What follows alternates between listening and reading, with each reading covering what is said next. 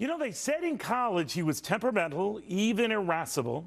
And Mark Zuckerberg ain't a whole lot different all these years and billions of dollars later. Still unpredictable. One day throwing a party at his fancy California digs for Republican New Jersey Governor Chris Christie.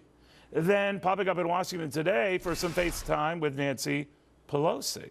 He worked high for that. So two-faced or one hell of a poker face? Political watcher Scottie Hughes says Zuckerberg is pretty good at playing both sides to get what he wants. But, you know, I got to wonder, Scottie, what does he want?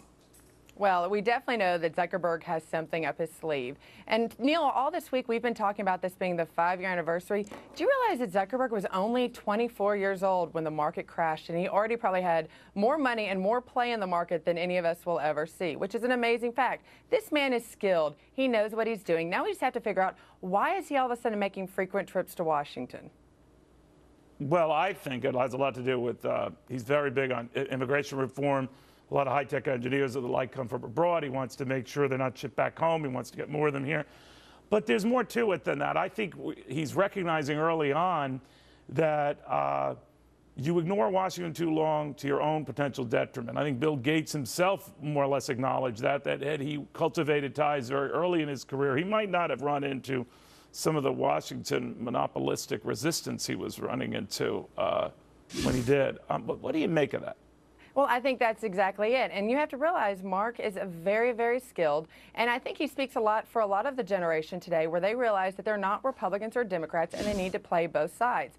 But little Marky has grown up, and I think what helped him grow up is he realized this administration is not business friendly. You're right. Silicon Valley is being held hostage right now by this immigration bill. And Mark Zuckerberg is one of those seeing that happening. And so he's going, you know what, maybe I might need to start pulling some sides with the Republicans so I might be able to get my high-skilled workers to come work for me, not at the expense of the millions coming over illegally over the Mexican border. And I think he's having to learn the political game. I think the other thing is you have to realize back in the spring, Facebook joined in with Google and sued the federal government. They are very upset over everything going on with FISA and the NSA and being told that they need to turn over this information. Yeah, but sometimes, Scottie, I mean, we've talked for years, sometimes he doth protest too much because he says, oh, you know, I really don't like the government doing this. But time and time again, we realize that his company and others have happily provided the information the government wanted. I don't know about happily, but always, you know, and I'm beginning to wonder whether this is a face-saving gesture on his part to show up in Washington and say, oh, you know, I'm concerned and I'm on my folks' side and my customer side and my shareholders' side. Yeah. Well, I'll give him credit there, Neil, because he's doing what others have not. Instead of separating themselves and going over to the West Coast and not interacting with Washington, he's realizing that in order to really play in this business environment, you really need to also have Washington in your back pocket. And the best way to make friends in D.C., Neil, is use dollar signs. No, that's a very good point.